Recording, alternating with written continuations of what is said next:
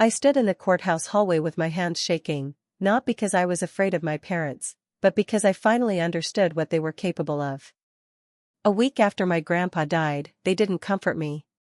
They sued me. They said I didn't deserve what he left behind. They said I manipulated an old man. What they didn't know was that my grandfather had been preparing me for this moment for years. As the courtroom doors opened, I realized this wasn't just about money. It was about truth, power, and everything they tried to erase about me. Before I continue, tell me your country and the time right now. I wore black for days after my grandfather died, but grief felt heavier than cloth. The house breathed silence. Every room waited for his footsteps. He raised me when my parents were cold and strict. With him, I was safe, seen, and chosen. Those memories pressed down on my chest. I woke each morning expecting his voice, then remembered the truth. On the seventh day, a courier knocked. He handed me an envelope with legal seals. I signed without reading. When I opened it, my hands shook. My parents were suing me over his inheritance, without warning or shame today. The words blurred. My chest tightened hard. I heard my mother's voice telling me obedience mattered more than love. I heard my father say family comes first, unless I displease them. I called them immediately, hoping this was a mistake. They answered calmly, like this was planned already by them. My mother spoke first. She said I manipulated an old man. My father said I poisoned him against them. Their voices were steady, rehearsed. I asked how they could do this while I was grieving. They said grief does not cancel justice. Then they hung up without apology or remorse. My husband stood nearby, listening. He told me to breathe and stay calm. He said courts are messy. But his eyes avoided mine. His fingers kept tapping. Fear sat beneath his support. I wondered who he was protecting, and why. That question echoed louder as night arrived around me silently. Alone after dark, I paced the living room. His chair sat empty. The lamp hummed softly. I kept asking why my grandfather would leave everything to me. Why now? Why provoke them? My parents looked confident, almost pleased, as if holding hidden cards. Their smiles refused to leave my thoughts. I opened drawers he used. Old photos stared back. Then his voice returned in my head, calm and sure. He once warned me about proof and timing.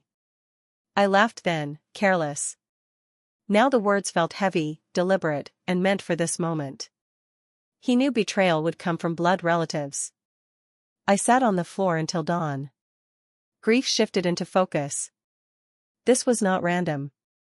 This was a test. My grandfather had prepared something, I was sure. The lawsuit was only the opening move. I wiped my tears and prepared to search for whatever shield he left behind to save. Before sleep finally claimed me, fear returned sharper. If he expected this betrayal, he also expected danger. I realized protection was hidden somewhere close.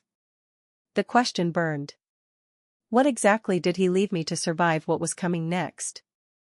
That answer would decide everything about my future starting right now. I rose with a new resolve. Somewhere in this house, or in his plans, was proof meant for me. I would find it.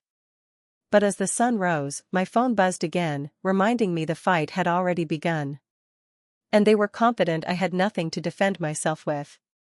I learned early how to disappear inside my own house. My parents praised order, obedience, silence. I was compared to cousins, neighbors, anyone who did better. When I cried, my mother said I was dramatic. When I failed, my father said weakness ran deep. The bruises were not always visible. They lived in pauses, in looks, in rules that changed without warning. My grandfather saw them. He noticed how I flinched when voices rose. He asked questions without pressure and waited for answers. Sometimes he slipped money into my bag for school books and told me not to mention it. Sometimes he sat with me in the yard and let me breathe. He never corrected me in public. He listened. That was his rebellion.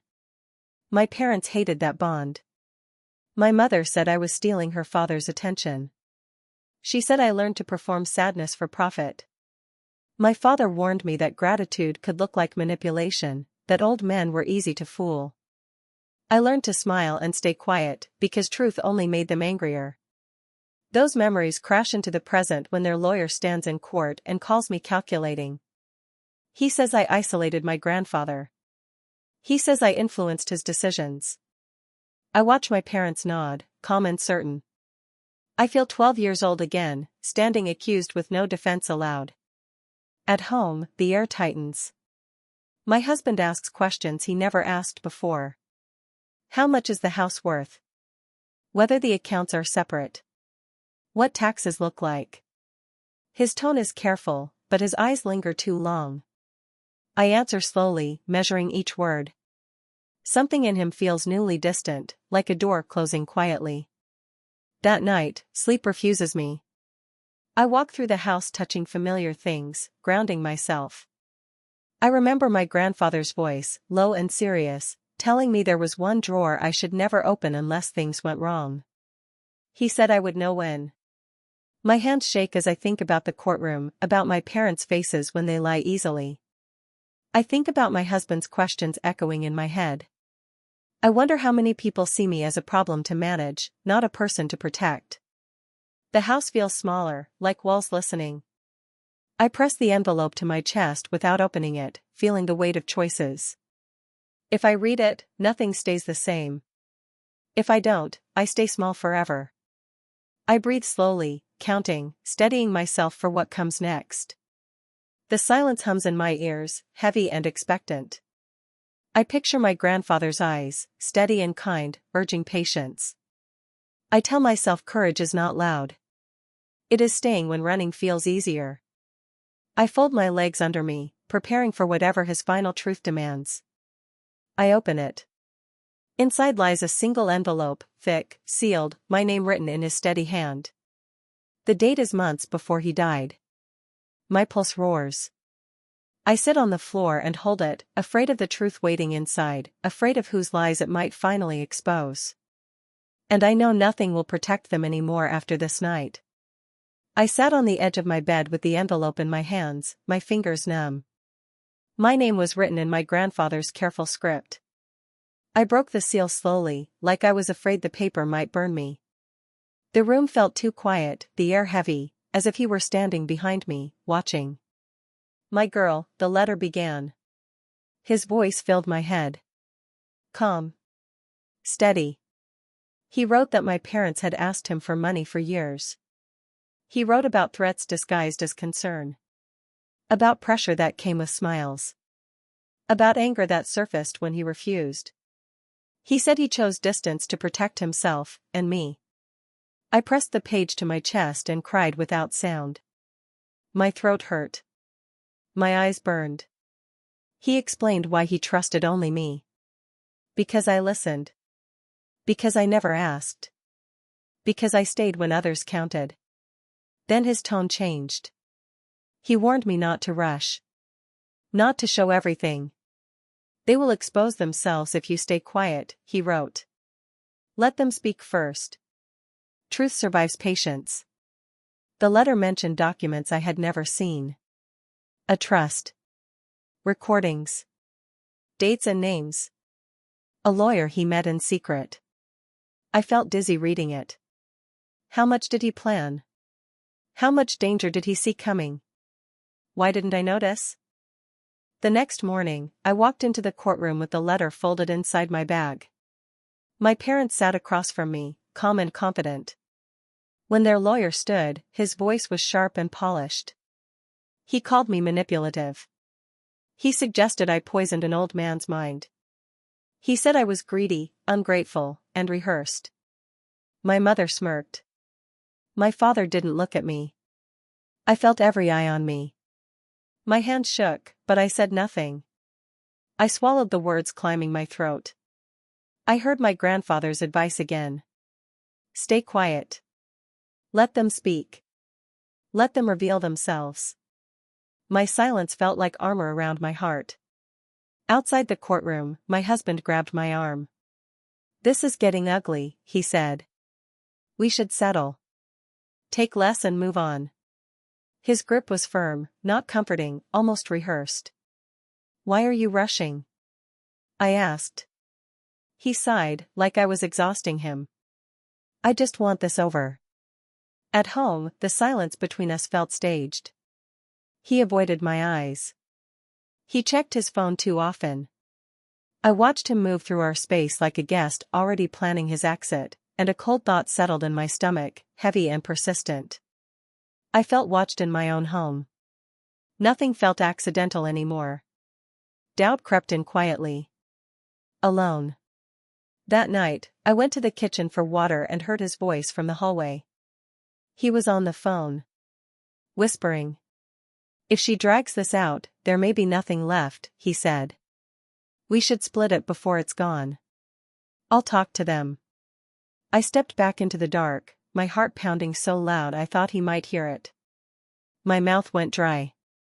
When he hung up, I stayed frozen, counting my breaths. In that moment, I understood.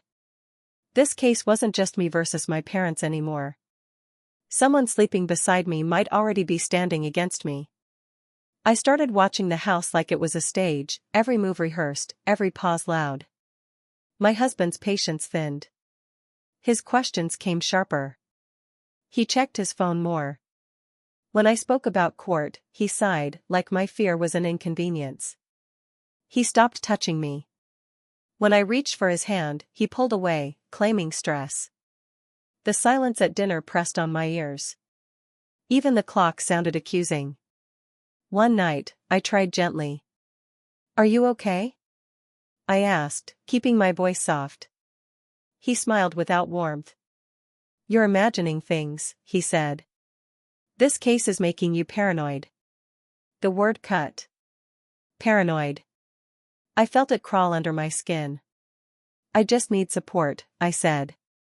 He laughed once, short. "Support doesn't mean feeding your fears." He used the word again the next morning when I asked where he'd been late. "Stop interrogating me," he snapped. "I'm on your side." But his eyes slid away, already done with me. At court, the hallway smelled of paper and old carpet. My parents arrived early, calm, almost pleased. Their lawyer stood and announced a witness. My stomach dropped when the man walked in. He was a family friend. He'd known us for years. He claimed my grandfather was confused, forgetful, easily influenced. My mother dabbed her eyes. My father nodded along, steady, rehearsed. Panic surged until a memory clicked. I remembered my mother rehearsing stories with him at our kitchen table. I remembered her saying, "Just repeat what I told you." My hand stopped shaking. This wasn't truth. It was performance. Outside the courtroom, my husband avoided my gaze. "We should think about settling," he said quickly. "Before this gets worse." "Worse for who?" I asked. He didn't answer. That night, rain soaked my coat as I found the lawyer my grandfather had named. His office was quiet, almost hidden. He listened without interrupting, then opened a file thick with tabs. "There is a trust," he said. "Irrevocable. Created years ago." My breath caught. "There are recordings," he continued. "And letters. Your grandfather documented everything." Relief rushed through me, then fear. Why hasn't this come out? "Because timing matters," he said. "The judge must meet you first. Privately." I asked what he meant. He leaned forward. "Your grandfather anticipated this exact lawsuit. He left instructions." Then he lowered his voice. "When the evidence is revealed, it will destroy their case. And possibly your marriage." I walked outside into the rain, letting it sting my face. Cars passed. No one looked at me. I felt strangely clear. I whispered my grandfather's name, promising I would not fail him, even if everything familiar burned down around me.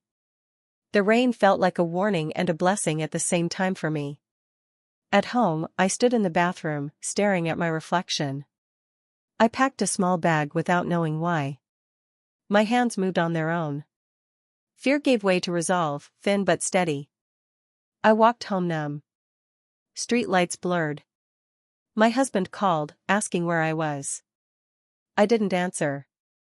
For the first time, I saw how much I stood to lose, and how little I was willing to keep. The next morning, the lawyer emailed me a date for a private judicial review. Beneath it, one line waited. Be prepared for fallout you cannot undo. I locked the door and sat on the floor with my back against it. The house was too quiet. My grandfather's old recorder rested in my hands like it weighed 1,000 pounds. I pressed play, then closed my eyes. My mother's voice came first. Sweet. Polite. Fake. She was telling him he was confused, that he had forgotten promises. My father followed, colder, sharper.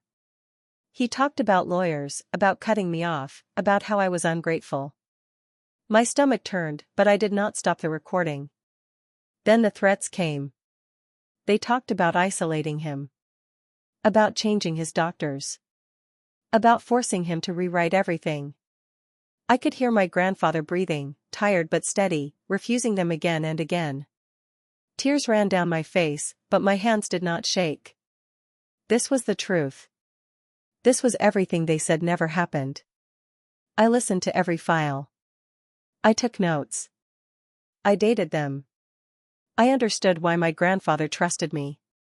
When the last recording ended, I sat there in silence, knowing I could never unhear it. The door opened without a knock.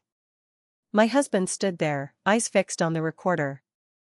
What is that? He asked. I told him it was proof. His jaw tightened.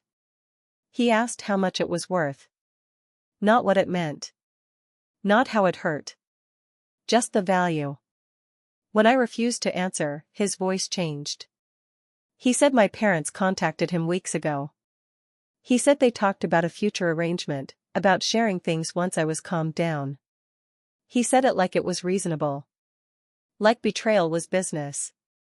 Something broke cleanly inside me. I told him to leave. He laughed at first, then saw my face. He packed a bag, warning me I would regret choosing war. When the door slammed, the house felt lighter and emptier at the same time. In court days later, my parents avoided my eyes. Their confidence was thinner now. Their lawyer spoke fast, too fast. I waited, calm on the surface, burning underneath. Then the judge looked at me and said my name. He requested a private meeting before the next hearing. My parents stiffened. My mother's smile disappeared. That night, I barely slept. Every sound felt louder, every shadow heavier. I replayed my parents' voices in my head, their certainty that I would never fight back. I imagined my grandfather sitting alone after they left, recording everything because he knew no one else would protect him. That thought hardened me. The next morning, my husband texted, asking if we could talk. I did not reply. I printed copies, backed up files, and followed the instructions my grandfather had left without knowing it. I was done hesitating. At court, when the judge spoke, the room seemed to tilt. My parents whispered to each other, panic slipping through their control. I walked past them without slowing down, aware for the first time that fear had changed sides. Outside the courtroom, I stopped in the hallway. My hands finally shook. I was about to face a man who could end this or bury me deeper. I took a breath, knowing whatever happened next would decide my future. I straightened my shoulders, thought of my grandfather's calm voice, and stepped forward, aware that once I entered, there would be no turning back ever. I sat across from the judge in a quiet chamber that smelled of old paper and polished wood. The door closed behind me with a soft click that felt louder than a shout. My parents were not here. My husband was not here. For the first time since my grandfather died, it was only my truth in the room. The judge did not ask about money. He did not ask about property or numbers. He asked me who my grandfather was to me. His voice was calm, steady, almost gentle. I felt my throat tighten, but I did not hide. I told him how my grandfather raised me when my parents were too busy punishing me. I told him how he taught me to read people, not just books. I told him he believed me when no one else did. I placed the letter on the desk with both hands. I explained when he wrote it and why he sealed it. I played the recordings, one by one.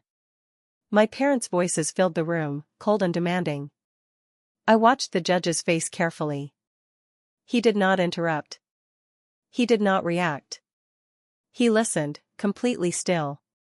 When the recordings ended, the silence felt heavy. My heart pounded so hard I thought he could hear it. Then I showed him the trust documents. I explained how my grandfather structured everything, how he protected the assets, how he named me for a reason. I waited for doubt. It never came. The judge leaned back and folded his hands. He told me something I did not expect. Months before his death, my grandfather had submitted sworn affidavits. In them, he described my parents' pressure, their threats, and his fear that they would come after me. He anticipated this lawsuit. He planned for it carefully. I felt my knees weaken. My grandfather had been fighting for me even after he was gone. The judge said the case was no longer equal. The burden had shifted. He warned me that this knowledge would change how the court proceeded. When I stepped outside, I saw my parents across the hallway. Their voices were sharp, desperate. Their lawyer looked tense, his confidence cracked. They stopped talking when they saw me. For the first time, they searched my face instead of judging it. My hands were steady, but my chest burned as I realized how close I had come to losing everything. Not just money, but my voice, my name, my future. I remembered my parents telling me to stay quiet, to obey, to be grateful. Sitting in that chamber had broken something permanent. I was no longer the scared daughter they trained. I was a woman who had been believed. That knowledge followed me like armor as I walked away from the room of judgment and fear.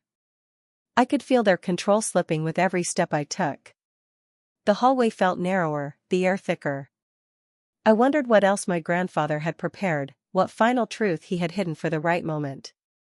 I knew my parents would not stop easily. People like them never did. As the courthouse doors opened, I sensed the storm ahead. The next hearing would expose everything, and not everyone would survive it emotionally, legally, or together. I inhaled, bracing myself for the last fight to come. I walked past them without speaking. I felt stronger, but not safe. Justice had not spoken yet. The judge scheduled the final hearing and allowed one last piece of evidence to be submitted. As I left the courthouse, I understood the next step would decide everything. I sat at the wooden table, hands folded, eyes forward, while the courtroom filled behind me with whispers and judgment. My parents avoided my gaze, pretending confidence, pretending innocence. The judge entered, and the air changed instantly. I felt exposed, measured, and strangely calm, like everything painful had already happened and this was the reckoning. I breathed very slowly then. My mother's lawyer stood first, confident, rehearsed, talking about manipulation and weakness. He painted me as a greedy granddaughter who twisted an old man's mind. I listened without moving. Then my lawyer rose calmly and said one sentence that cracked the room open. "We asked the court to play the recordings," he said. The silence after was terrifying and final. The first recording played, and my father's voice filled the courtroom. Cold. Demanding. Angry. He spoke about money like ownership, about me like a mistake. My mother laughed softly in the background. Gasps spread behind me. I stared ahead, heart pounding, because denial was no longer possible for them. Their lies collapsed publicly today here. My parents shifted in their seats. The judge leaned forward. His face hardened, eyes narrowing with each second of audio. When the recording ended, the courtroom felt smaller. He asked my parents' lawyer if there was an explanation. The man stuttered. For the first time, authority was not on their side. The balance had shifted. Then the trust documents were displayed. Charts, signatures, dates, everything precise and legal. The judge explained it carefully, line by line, making it clear my grandfather had planned this years ago. My parents' accusations unraveled completely. I felt humiliation burn my cheeks, but beneath it was relief. I was no longer defending myself. I was being protected. By the court. My husband was called next. I didn't look at him at first. When I did, he avoided my eyes. Under oath, he admitted speaking to my parents about money, about arrangements, about waiting. He didn't deny it. Each word felt like a blade. The judge's voice sharpened as he dismissed my husband's testimony with visible disgust from the bench now. I wanted to disappear. I wanted to scream. Instead, I sat still and breathed. The room no longer saw me as guilty. It saw me as someone betrayed by everyone closest to her. When my mother finally looked at me, her face had changed. Fear replaced control. She understood she was losing everything she built. The judge called a recess before ruling. He stood, gathered his papers, and looked directly at me. That look held weight, not pity. The courtroom buzzed as he exited. My parents whispered urgently. My hands trembled again, because justice was close but not yet mine. The silence felt louder than any argument inside that room. I sat frozen, counting my breaths, feeling every eye on me. My lawyer whispered that it was going well, but I couldn't trust hope yet. Too much had been taken from me already. Across the room, my mother clasped her hands tightly, praying for something she could no longer control or undo in court now. When the judge left the bench, time stretched painfully thin. No one spoke.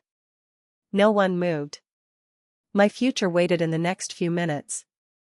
I stared at the closed door. The judge returned after what felt like hours, even though the clock said only 12 minutes had passed. Everyone stood. My legs were weak, but I stayed upright. I refused to look at my parents. I refused to look at my husband. I focused on the sound of my own breathing. The judge's voice was calm. Firm. Final. The lawsuit was dismissed in its entirety. The words landed slowly, one by one, like stones dropping into deep water. He spoke about lack of standing. About bad faith.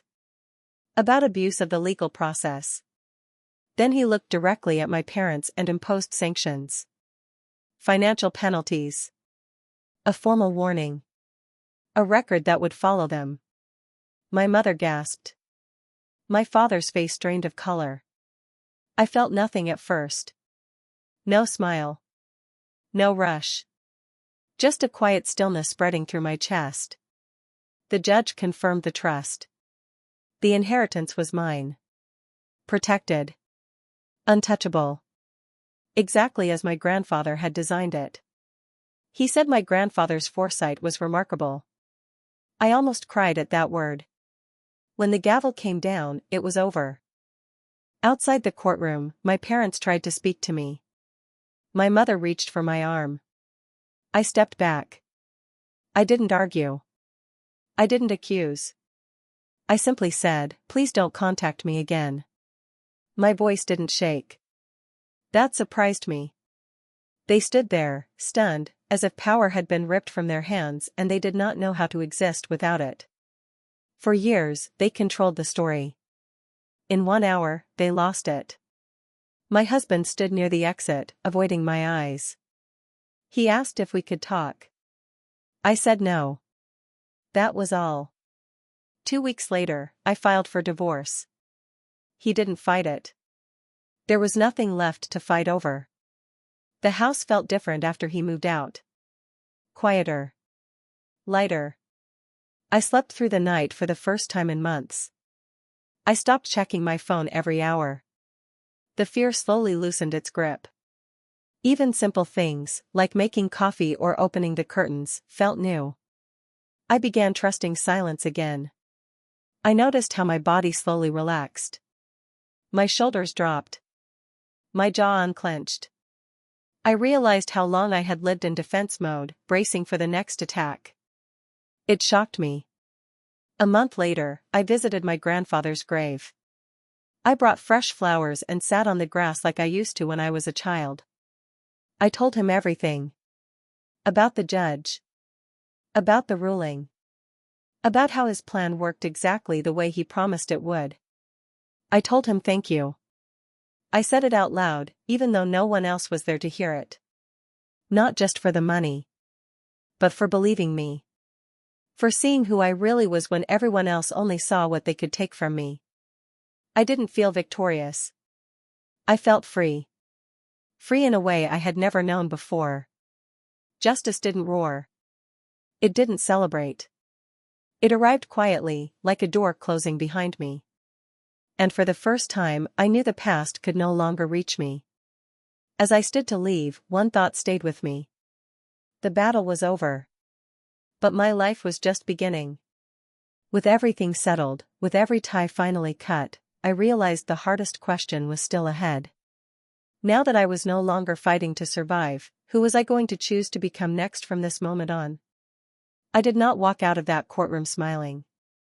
I walked out breathing. For the first time in my life, I was not shrinking myself to keep peace.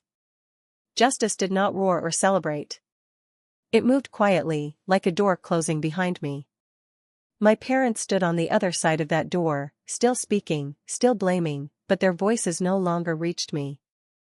I filed for divorce without drama. When my husband received the papers, he asked to talk. He said he never meant to hurt me. He said pressure made him weak. I listened without interrupting, then told him the truth. You didn't betray me because you were weak, I said. You betrayed me because you thought I would stay. I changed my number. I stopped explaining myself. Distance did what arguments never could. It gave me clarity. I moved into my grandfather's old house. I kept it simple. Clean walls. Quiet mornings. I cooked his recipes and spoke to him out loud, not because I was lonely, but because I finally felt safe. He taught me that love does not demand silence. It demands protection. People asked if I felt guilty. If I missed my parents. If I wished things had ended differently. I answered honestly. I miss who I needed them to be, I said. Not who they chose to be. The inheritance stayed untouched for months. Not because I feared it, but because I wanted to know myself without it. When I finally used it, I did so carefully. I paid debts. I invested. I built stability, not revenge. Justice was not about winning. It was about standing still and not being pushed anymore. I learned how to say no without shaking. I learned that boundaries do not make you cruel. They make you clear. I stopped attending gatherings where my name was whispered instead of spoken. I stopped answering questions designed to pull me back into old roles. Each small decision felt like reclaiming territory that had been taken from me years ago. Healing was not dramatic. It was quiet mornings, honest work, and sleeping without fear. It was choosing peace even when silence felt unfamiliar. I practiced patience with myself and allowed time to finish work. I learned to watch actions, not words. Patterns, not promises. Anyone can apologize. Not everyone can change. On my grandfather's birthday, I visited his grave. I placed my hand on the stone and whispered, "You were right." The wind moved through the trees, and for the first time, I did not feel alone. I did not get my family back. I got something stronger. I got myself.